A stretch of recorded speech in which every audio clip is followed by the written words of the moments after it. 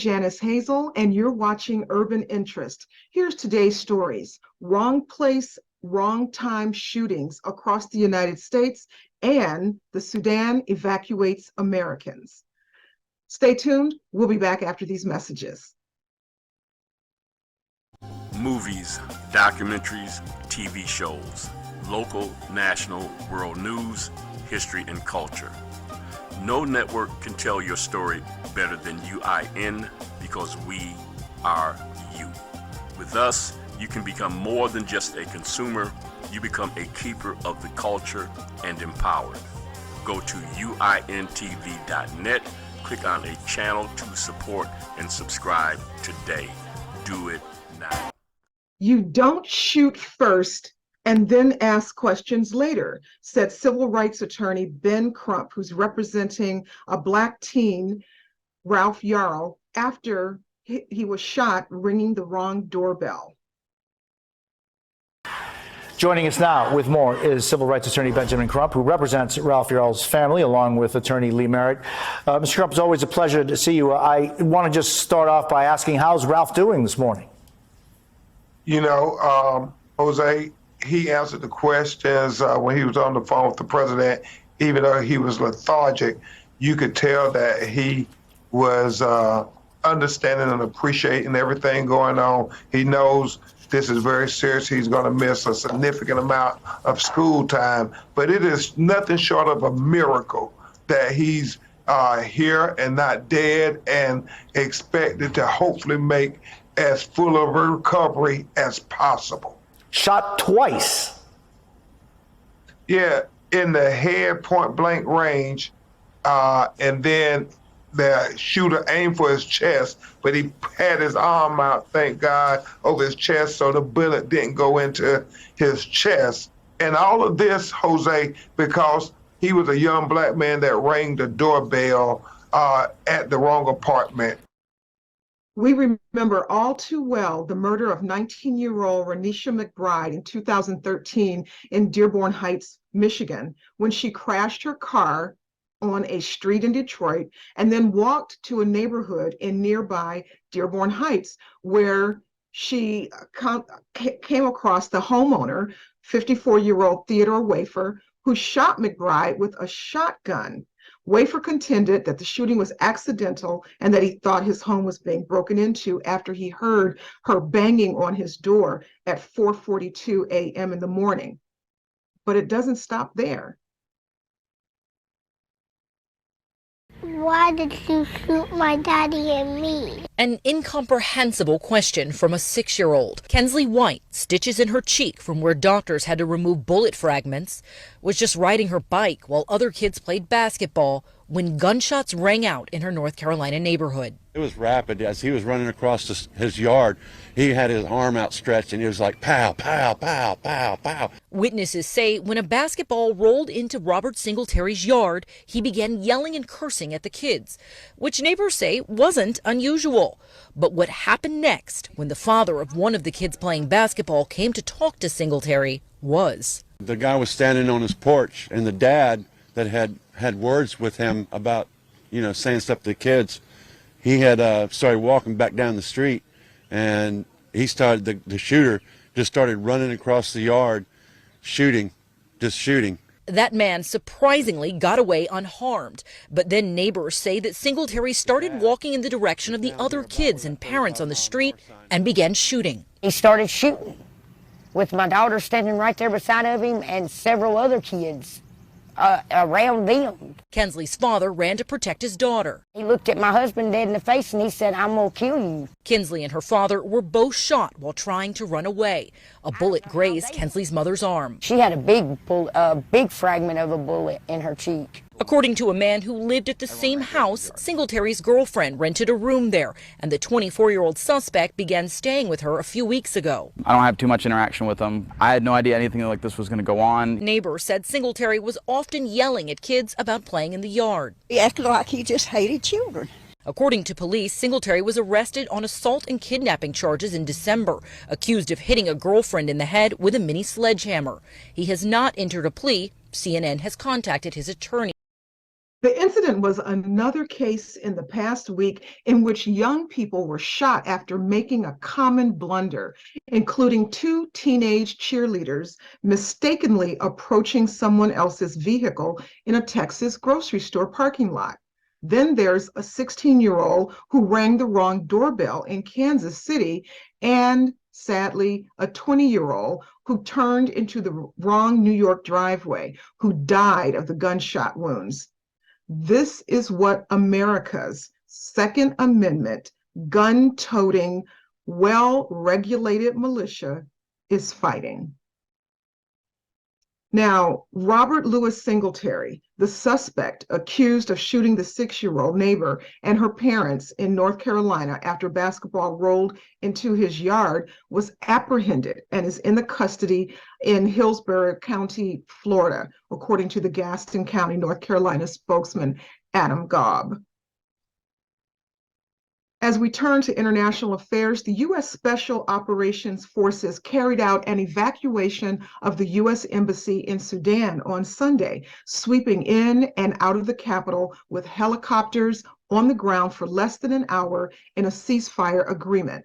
No shots were fired and no major casualties were reported.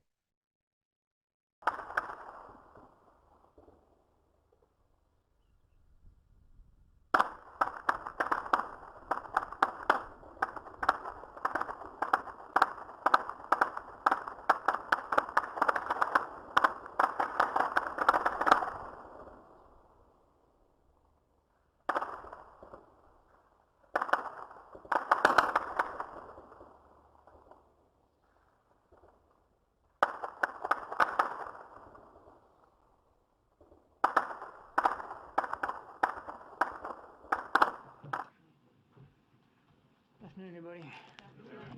As Karine mentioned, President Biden's looking forward now to welcoming President Petro of Colombia to the White House. The Pentagon did announce that they are moving forward to pre-position some military forces and capabilities nearby just for contingency purposes in case they would be needed for any kind of evacuation. But again, no decision has been made on that.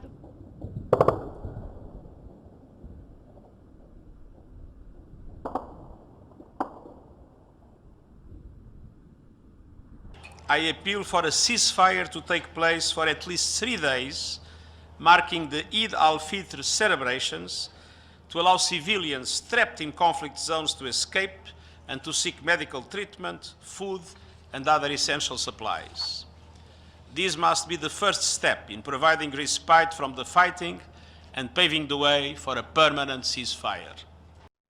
With the final embassy employee out of Khartoum, the United States shuttered its diplomatic mission indefinitely. About 100 U.S. troops in 3 MH-47 helicopters carried out the operation. They airlifted all of roughly 7 remaining American employees from a landing zone at the embassy to an undisclosed location in Ethiopia. Remaining behind in the East African nation are thousands of private American citizens. U.S. officials said it would be too dangerous to carry out a broader evacuation operation. Now, give us a minute for these messages. We'll be right back. Greetings, everyone. My name is Diane Stewart. I'm a professor of religion and African American studies at Emory University, and I'm so delighted to be here at the Mother Shrine of the Black Madonna Pan-African Orthodox Christian Church in Detroit, Michigan, talking about my book, Black Women, Black Love, America's War on African American Marriage, and doing a book signing with this wonderful community. It has been an amazing visit, a historic visit for me as someone who's taught about the shrines of the Black Madonna, visited the shrine in Atlanta with my classes, but having my first opportunity to be here in person with this amazing church family. It has been such a wonderful experience of kinship, Black love, and togetherness. The Urban Information Network is the keepers of our culture. Black midwives used to be at the forefront of the U.S.'s maternity care until a coordinated effort led by men forced them to the margins. Midwives have been around since the beginning of time. Royalty was delivered by midwives, even the Bible mentions midwives. In the United States, historically, especially in the South, they really provided this encompassed community role to provide their communities with things that they didn't have. Tracy Brown is a certified nurse midwife at a Washington, D.C. birthing center serving mostly Black patients. Black midwives were brought from Africa during the slave trade to the United States and continued that skill. So we birthed our family's babies. We birthed the babies of the people who owned us. In the late 1800s, midwives attended the majority of U.S. births, and most of those midwives were Black. By the early 1900s, midwives only attended about half of births.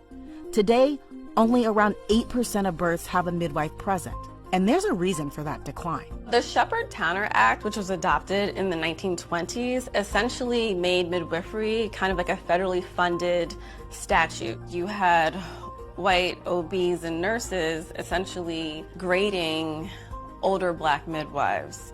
The work that they did wasn't valued, it wasn't preserved, it wasn't admired. Grand midwives slowly became to be phased out.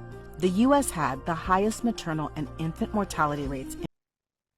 Today, we're going to discuss the assault on Black women's birthing choices, the role of midwives, and doulas with our guests. We have Spirit Traveler, born and raised in Detroit, Michigan. She's a proud Kettering High School alumni, and she attended Lincoln University in Jefferson City, Missouri. She is the mother of 10 children.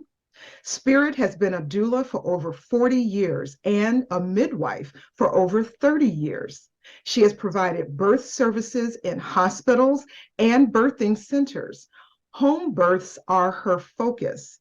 Her goal as a birth worker is to establish a bond between herself, mother, and baby in order for the best outcome possible during birth.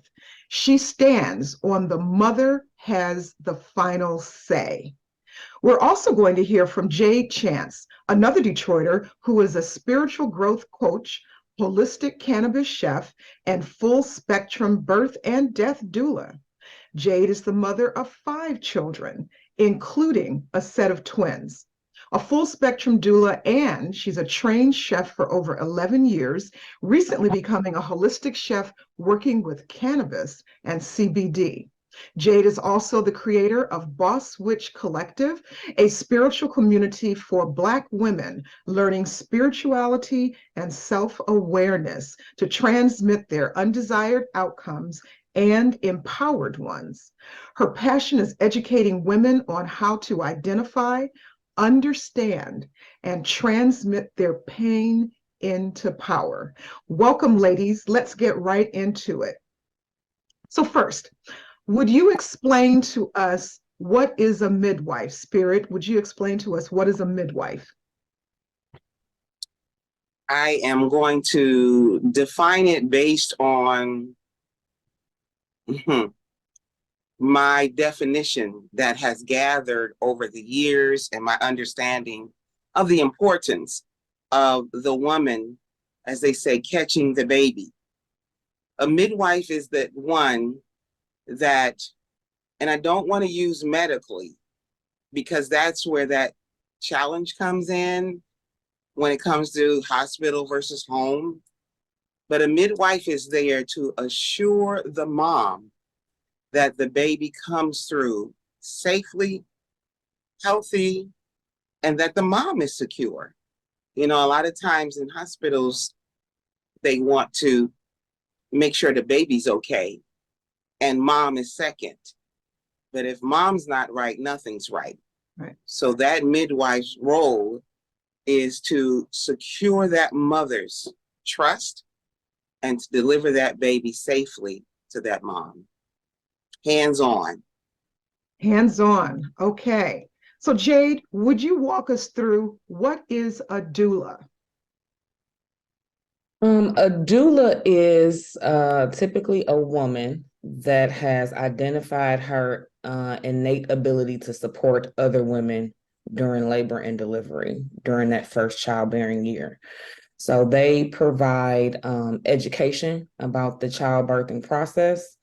They offer support around creating a birthing plan with the mom or both parents to ensure that their ideal birth outcome is created in that experience, whether it be at home or in the hospital. So the doula is just a basic tool for education and support during that first childbearing year, regardless to whether you want to have your birthing experience at home or in the hospital. Now, I've been conferring with nurses, certified, licensed nurses, as well as some other doulas, because this is an area that people need to understand. Home births was the norm through the ages, thousands of years ago, even. It goes back to biblical times, right? Yes. And yet we've got the medical establishment, which has really come down hard against birthing at home, doulas, and midwives. And I'm going to slow walk through a news article that appeared in the 19th. The 19th is an independent nonprofit newsroom reporting on gender politics and policy.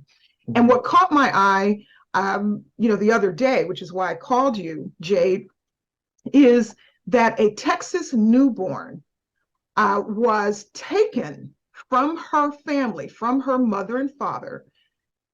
And it was all because, as I read it, and as well as a certified teaching nurse that I have a long relationship with since college, told me there's something wrong here. We're missing something. So let me just slow walk through this.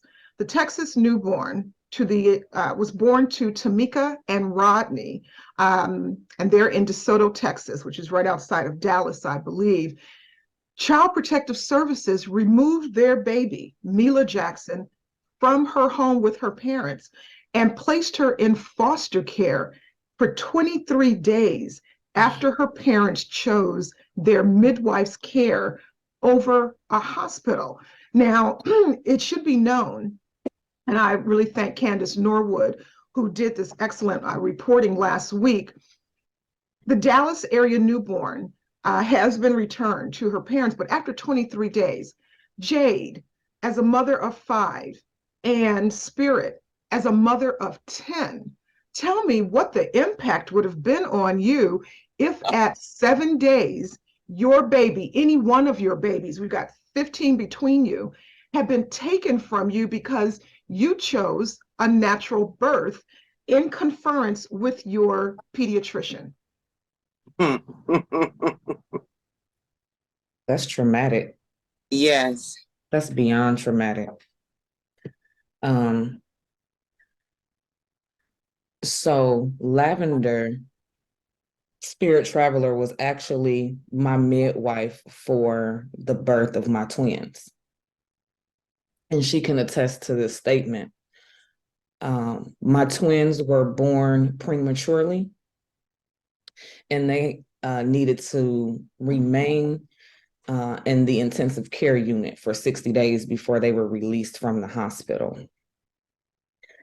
Just the process of that, right? No one was taking my children from me. However, I was placed in a position where mentally I had to accept the fact that I would be physically leaving that hospital without my babies. Just that for me was traumatic to wrap my mind around.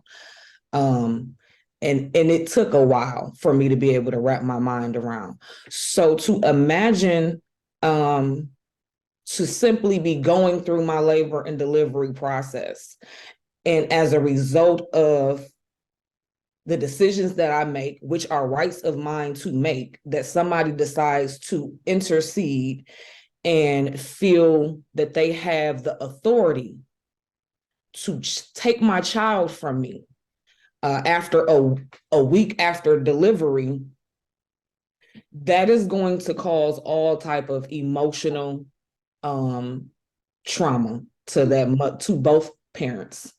That is very traumatic, because what it is doing is putting you in a situation where you feel completely helpless over a child that is your responsibility to protect. That is very traumatic.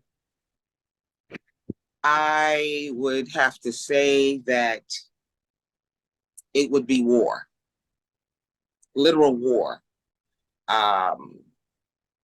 First of all, they wouldn't have come in my house to take my baby from me, where I gave birth 9 months in, and the earliest I've had a baby is at 23 weeks, and she had to stay in the hospital for 4 months.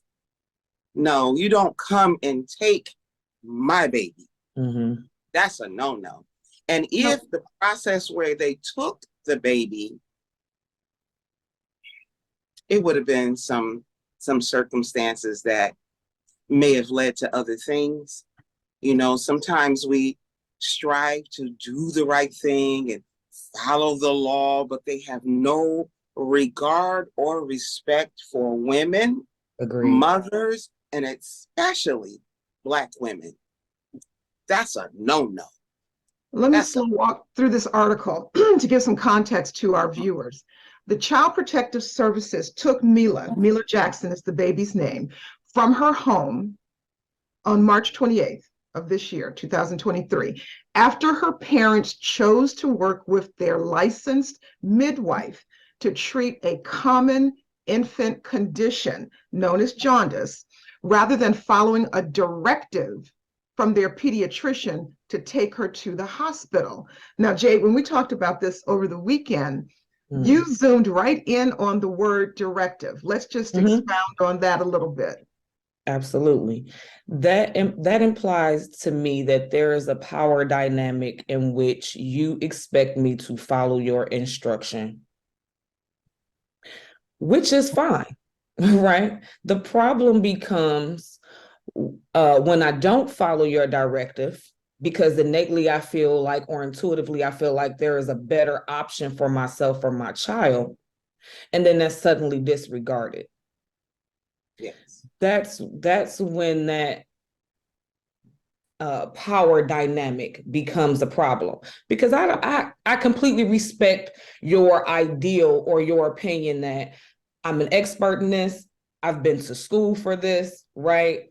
I know what I'm doing here, right? So if I give you a directive and I make a suggestion to you and say, well, this is your best course of action, I feel like I can do that in confidence because I've been educated to do so, right? I completely respect that. But then if I respond to you in return and say, I appreciate your suggestion, but I think I'm going to decide to do otherwise, right? I think I'm going to decide to have my child under the review of my midwife, and we're going to continue this care at home. To me, there is no logical reason to take that from a mom that has other children, that has just completed the labor and delivery process successfully. She has a 6-pound, 9-ounce baby that was just born healthily, for you to not take her word and think that she does not have the common sense or mental capacity to be able to make that decision against your directive is where we have a problem. Because as Spirit Traveler mentioned earlier, the last say should be the mom. I'm coming to you as a professional to get your advice and your suggestion. But after I accumulate all of my information, it's still left up to me to make the final educated decision. That seems to be a right that's been completely looked over as soon as a directive is given. It's given more so in the instance of, you have to follow this directive because I know better than you. And then when you do not follow my directive, now all of a sudden I have to question your integrity as a parent. I have to question your intelligence. I have to question your, like it gets weird at that point. Let me slow walk a little bit more of this article. Mila, that's the baby, isn't the first Black baby to be unjustly ripped away from her family. And she won't be, sadly, the last, unless fundamental changes are made to the child welfare criminal justice system. This is coming from Deandra Willis, a birth justice coordinator at the AFIA Center down there in Texas. She says, we need people to understand reproductive justice and freedom also means families have a right to choose when and how they want to parent. She continues, this includes informed decision making, that's what you said, Jade, culturally sensitive care, and choosing birth and postpartum support plans that meet their specific needs. So here's the backstory.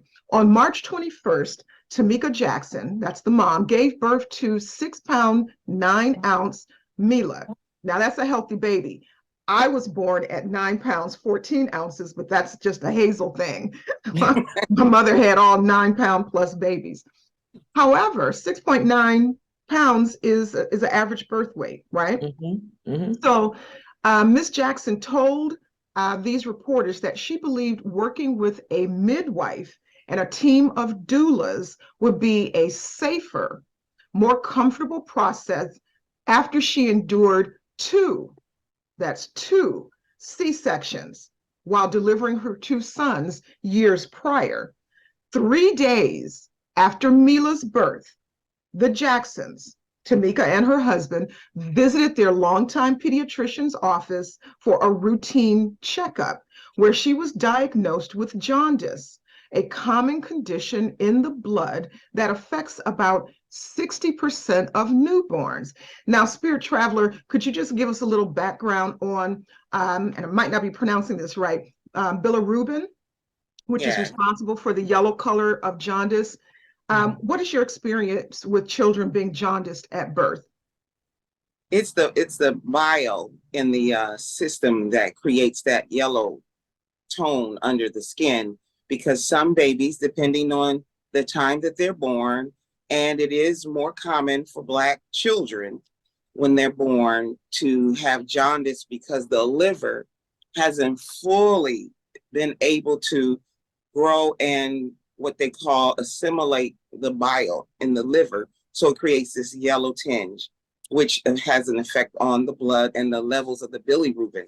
However, there are natural ways that a mom can take care of that by placing the baby in the sun.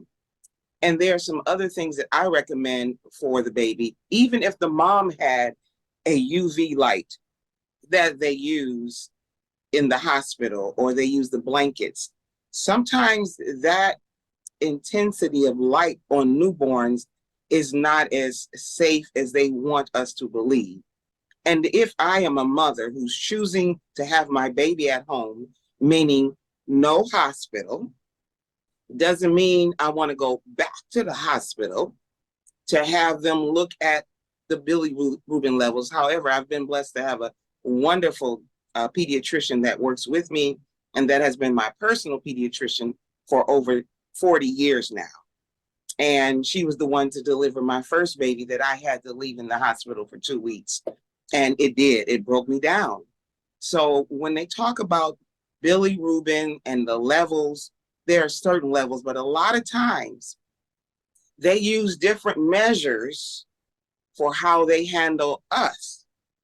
And what we may have with not only our babies, our birth, our personal health, contrary, it's different from others.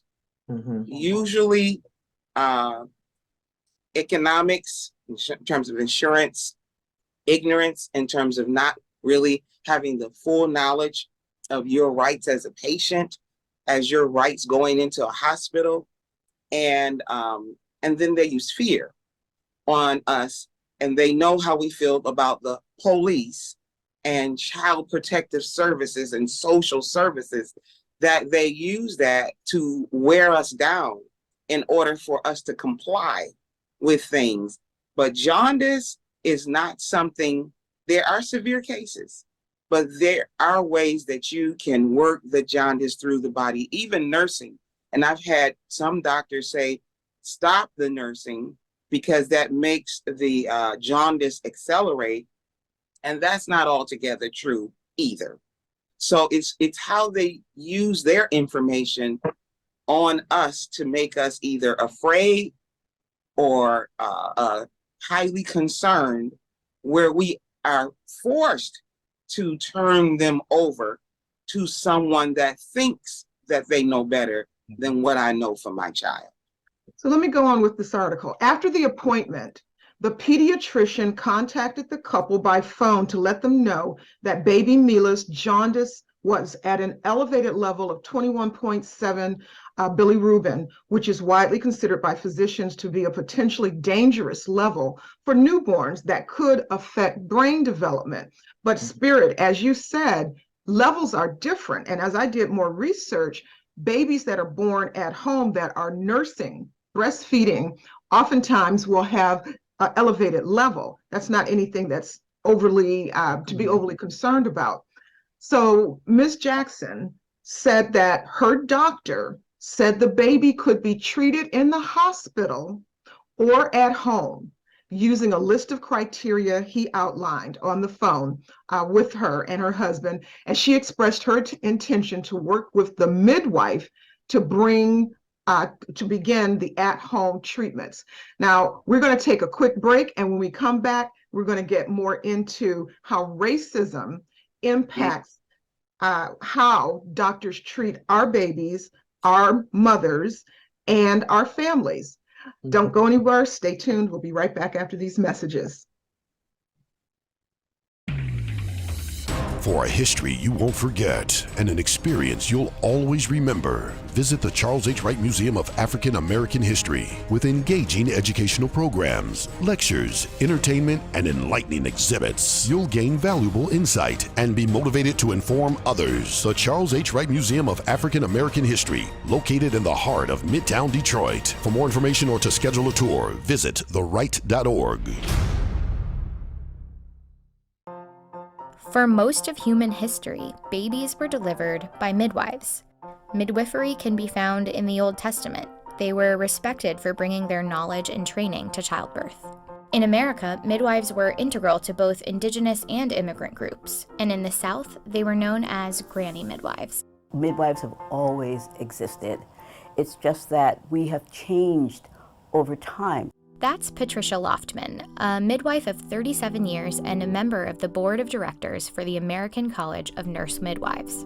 When you look at midwifery, say in the time of enslavement, the midwife was actually the person who made certain that women were able to produce healthy babies. Now, after slavery ended, she was no longer valuable because she was not making certain that there was a continued slave labor. I want you to meet Mrs. Mary Cooley, a midwife who lives in Albany, Georgia.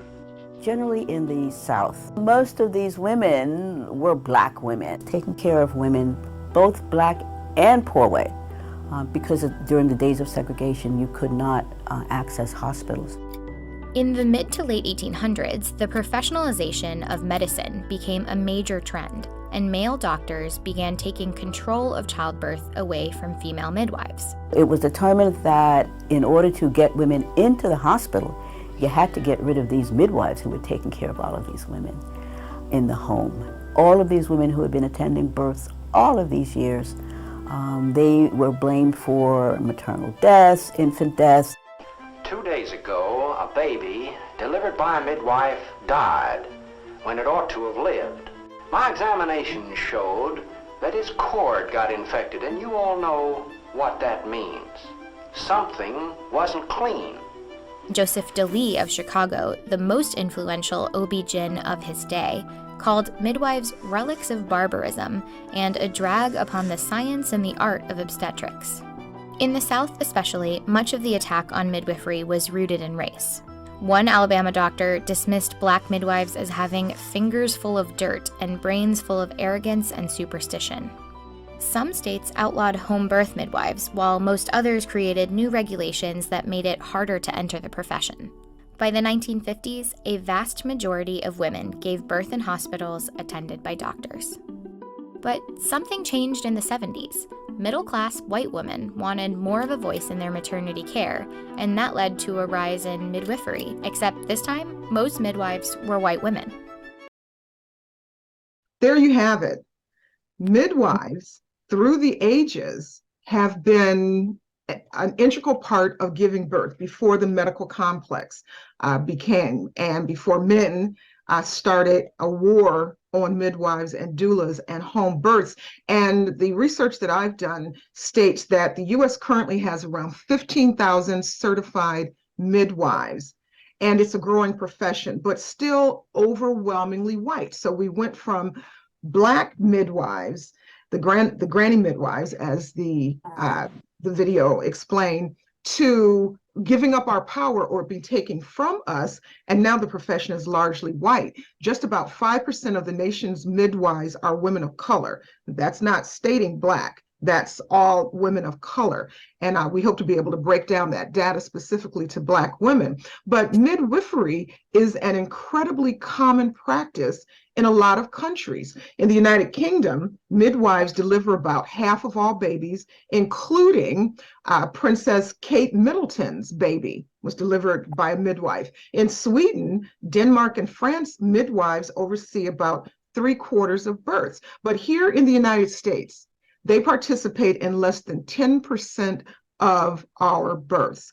In these other countries, the ones that tend to rely on midwives more frequently, maternal mortality rates are a fraction of America's. In fact, maternal mortality rates have risen in the United States as it has declined elsewhere. So if midwives are popular and effective in many other industrialized countries, why is it that the United States medical system is still wary of them?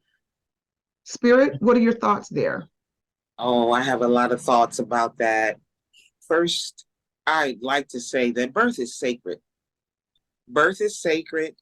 It is not an illness.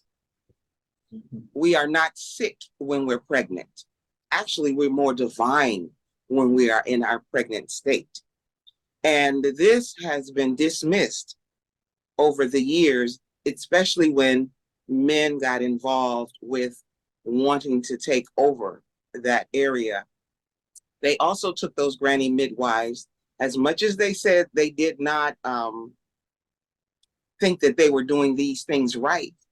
They took the midwives to train the nurse midwives, Caucasian, to be able to deliver babies in their hospital. They took our skill and our know-how, but one thing they could not take and will never take is our spiritual connection to not only the divine, but to both baby and mom. And when this society begins to, if not return or remember, until they begin to respect women, mother, feminine, female energy, this everything is going to be destroyed, I promise you. And not just because I said it or I'm going to war. No, you respect the origin from which you come from. You can't respect anything else. And mother is first. She's the first lawyer, doctor, teacher, economic instructor, you name it. We taught the children first. And if it wasn't mother, it was a woman. Now, it doesn't take anything away from the man, because there are men that are raising their children, and there have been men that are raising their children. But trust and believe that child came from a womb of a woman. Now, and the bottom line is money. Money. I'm glad you brought that up. Money, power, and control, and trying to regulate. It's a modern way of slavery once again. Now, money. Yes, money, ladies. You've had 10 babies, well, and they were all home births, right? 5 home births, 5 hospital. Okay. And Jade, you've had 5 babies. Were they all home births? No, I had 2 births in the hospital that were medicalized births. I had 1 natural birth in the hospital, and then the birth of my twins in the hospital was a combination of the 2. Okay. In the United States, if you do not have health insurance and you give birth to a baby in the hospital, the average cost of delivery is $10,000.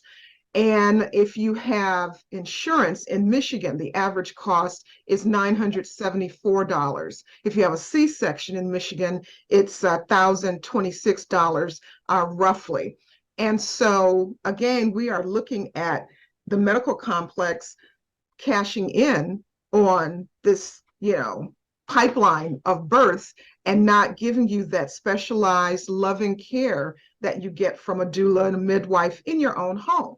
Now let's go back to Mila Jackson and her parents. So after the mother, Tamika, told her pediatrician she was going to treat the baby at home with a licensed midwife, following the instructions that the doctor outlined. So as the day progressed, however, the doctor's tone changed. Now, he had agreed, to the child being treated at home, but over the course of the day, mind you, the licensed midwife was providing information to the doctor on the bile or the bilirubin levels, which were going down. The doctor grew skeptical of the midwife's ability to treat the jaundice quickly, and Jackson said the midwife told reporters that she did a video call with Jackson and noticed Mila's jaundice was clearing up. She also did assessments of the baby's stool that indicated the bilirubin was leaving her system. Still, the pediatrician contacted the family at least 10 times through phone calls, text messages, voicemails, growing more insistent that the couple take baby Mila to the hospital. Within 24 hours of Mila's jaundice diagnosis, the doctor contacted the Department of Family and Protective Services, CPS, and ultimately, 7 days after the baby was born, the authorities took the baby from her parents. And after they went to the hospital, checked out, the baby was fine, they then put the baby in foster care. Now, how on earth is that justified? These parents had 2 other children at home, so you didn't take the other 2 children. So that says to me the household was not considered unfit. Why, Spirit Traveler, do you think they took that baby and put it in foster care for 23 days? They're devils. I'm not even being funny. That is so wicked. It's so wicked. One of the things that's happening in society now is our people are remembering. They're waking up, if you will, and they're becoming intolerant of the things that are happening to us and for us, around us, that are unjust and have been. But, when you have sleep, and you're not really on your game, you kind of compromise things and you kind of accept stuff. But once you wake up fully and see what's really going on, then you're very clear about what it is you want for yourself and your family and your community. And this was just total disrespect. It just reminded me of modern day slavery. Taking the baby one, not asking, coming in with this power and authority as if they knew better than she. The doctor appeared to have been offended because most times midwives know more than doctors, and they'll take a better route, a more safer, easier route that don't require tons of money, that will make it a safe and easier way for both mom and baby. Now, when you're doing things now, it's going to take a little time.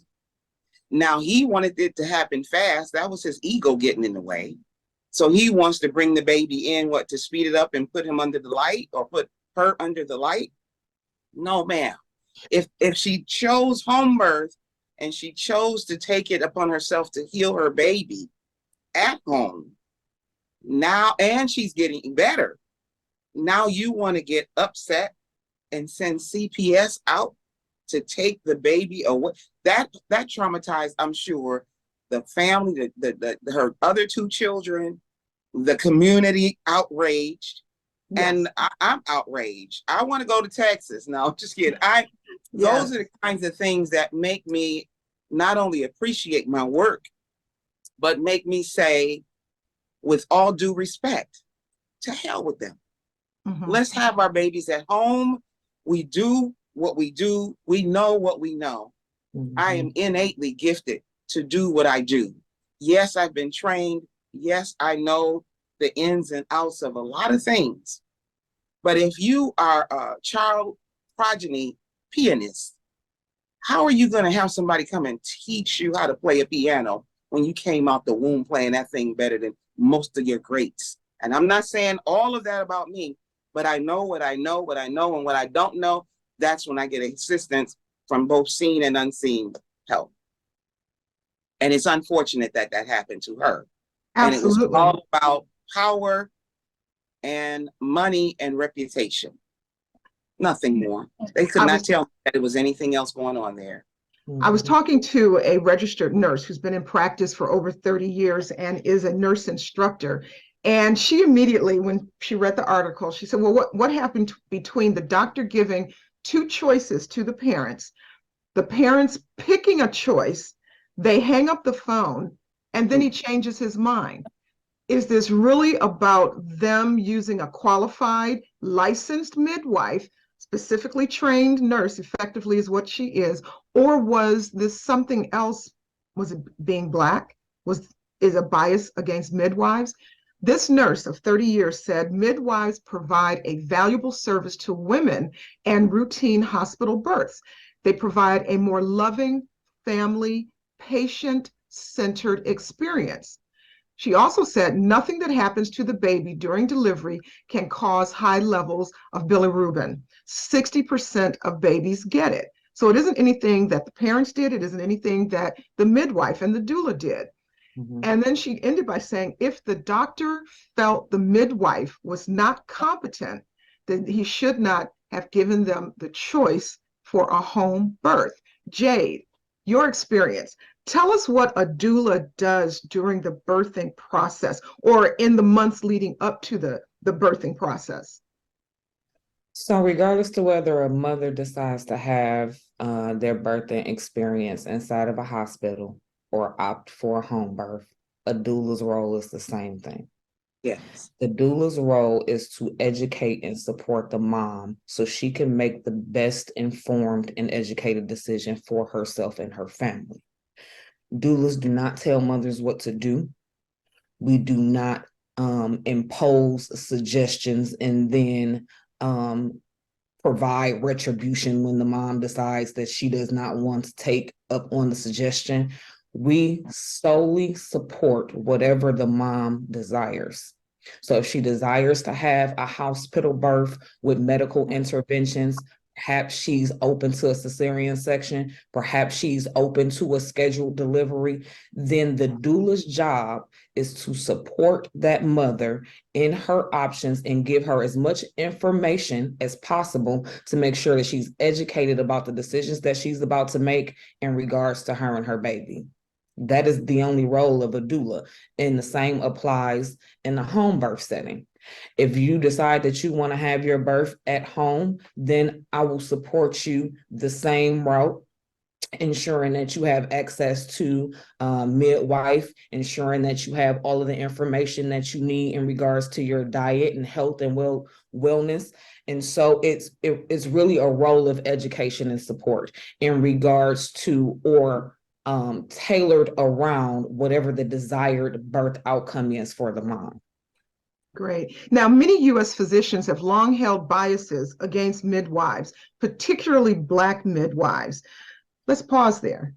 Why is that when we know that Black women who were enslaved were brought to the United States to help these white women, the wives of the slave master, to give birth to their child or children, and then to care for their children afterwards? That was our role in the enslavement period. So why is this flipped so much that Black women are incompetent by the medical establishment? Black midwives, through research, indicates that states with the most integration of midwifery care have better maternal and baby health outcomes. The collaboration and communication between physicians and midwives is ideal, but many doctors dismiss the expertise of midwives. And this particular reproductive justice advocate says, this is Audrey Luck speaking, I've literally been told that by an obstetrician, midwives might as well be outside having a baby rolled over in dirt and using a shoelace, because the doctor didn't know anything about her experience as a midwife or their education. So we're going to have to, unfortunately, start wrapping this segment up. But you two women, 15 babies between the two of you, I think you know what to do. We do know that our sisters in Africa oftentimes give birth with nobody around. They give birth to that baby because there are no hospitals nearby. Perhaps the father is not there, might be out working or something. And we know that a lot of our African sisters give birth by themselves. Yes. Completely. Nobody's over there boiling water, hint, hint. No Right. one's there, you know. And so it really comes down to racism. Jay, your experience working with daughters, you were telling me over the weekend about some of your experiences and your innate thoughts that a woman body is made for giving birth. That's our job. So we know how to do that. Talk about that. Absolutely. I've had that experience personally myself, and I've been blessed to witness other women have that experience where they come into the awareness and realization that innately their body is made for the labor and delivery process. And it's something that they can work with opposed to working against. But I do want to say this really quickly. We've never received credit for the contributions that we've made to this country.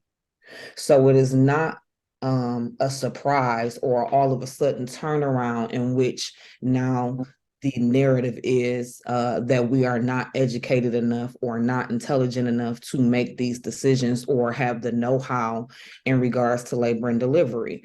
There are several areas in which we supersede our counterpart and get no acknowledgement for it. So that's not uncommon. However, it is at another level when you take into the consideration the systems that are now weaponizing things and using that basis as a just to do so. That's where the real issue lies, because not only are you deeming me not capable of making these choices, you are also implementing systems and laws in which where you can use that bias, use that mindset, use that narrative, and then incriminate me on, you know, that basis. That's the issue. Absolutely. Well, we're relieved that the Jackson family were reunited with baby Mila, but that doesn't undo the harm, you know, the trauma that we've walked through today. A staff attorney over at the AFIA Reproductive Justice Center in Dallas, Texas, said that the Pregnancy Justice organization that they work with said in a news release, time and again in our work, we see the child welfare system weaponized, your word, Jade, to police pregnancy and separate families after delivery. The Jackson's ordeal shows the trauma of the hospital to Child Protective Services pipeline, which terrorizes Black families. This should never have happened. And they're overjoyed that Mila is back home where she belongs. But 23 days from her parents, and she was only 7 days old.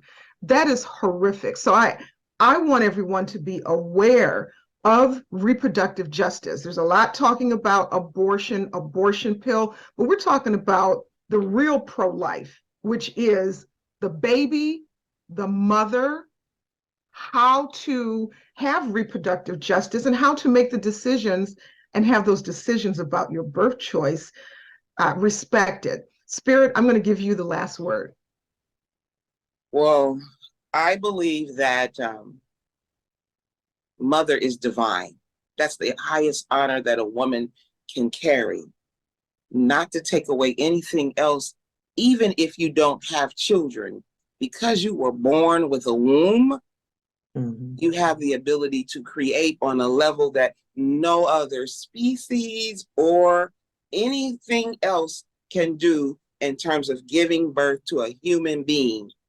Carrying this life for over 9 months to but it was 40 weeks, technically 10 months. We're following the lunar calendar. It's unfortunate that it's that way, but it's all in divine design.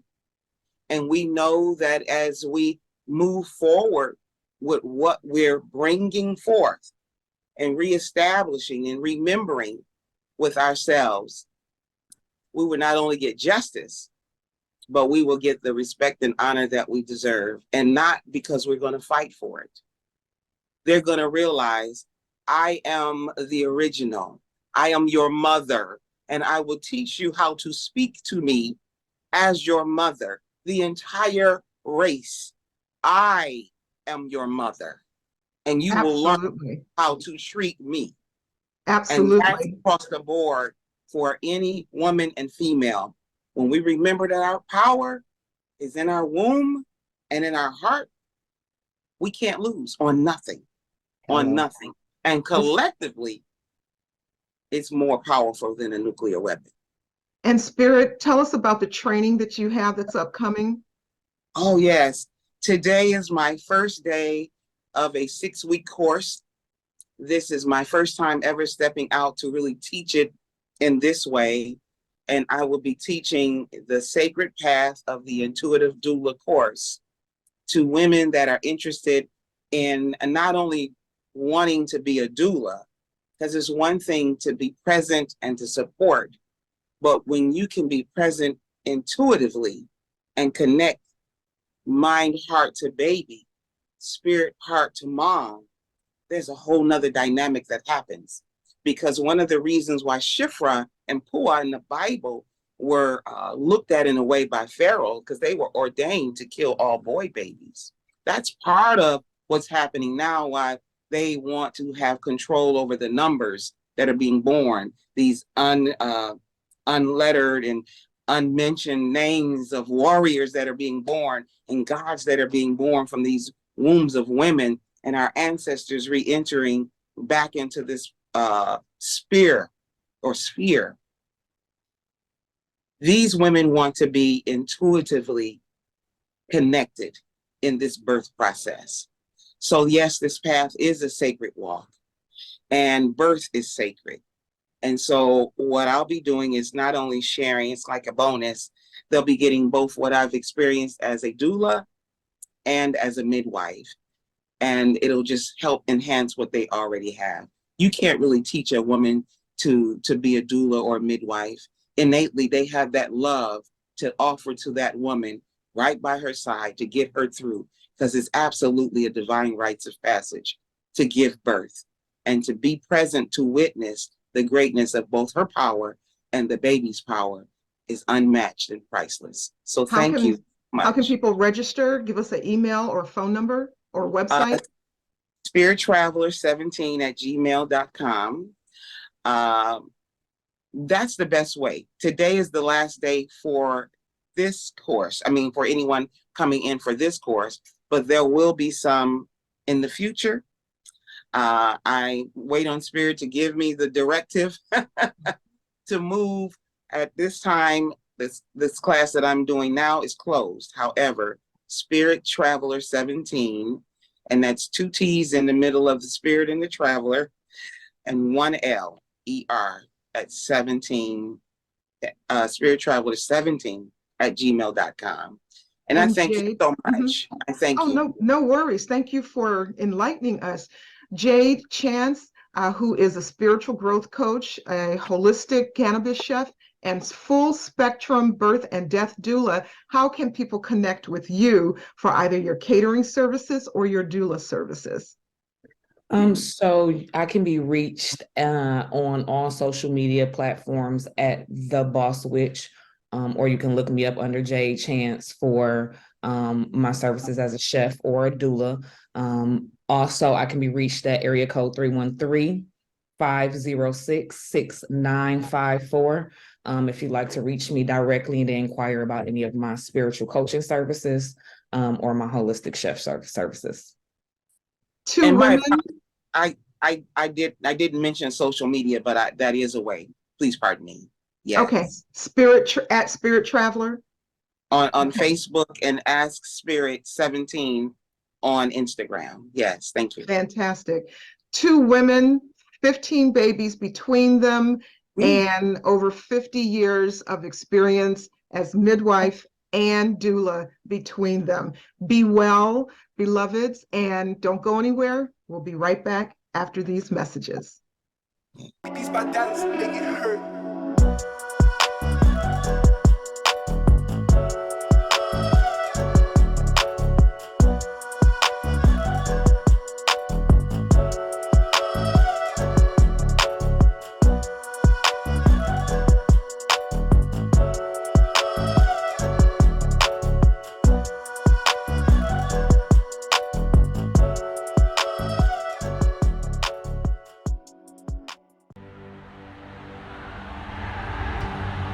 Today, we bring you the first part of our global broadcast exclusive conversation. The streets of Tahrir have once again been filled. Key issues here at the United Nations Climate Change Conference remain unresolved. Police are saying the protesters to move further and further away. I'm Amy Goodman. And I'm Juan Gonzalez. And those are some of the headlines. This is Democracy Now!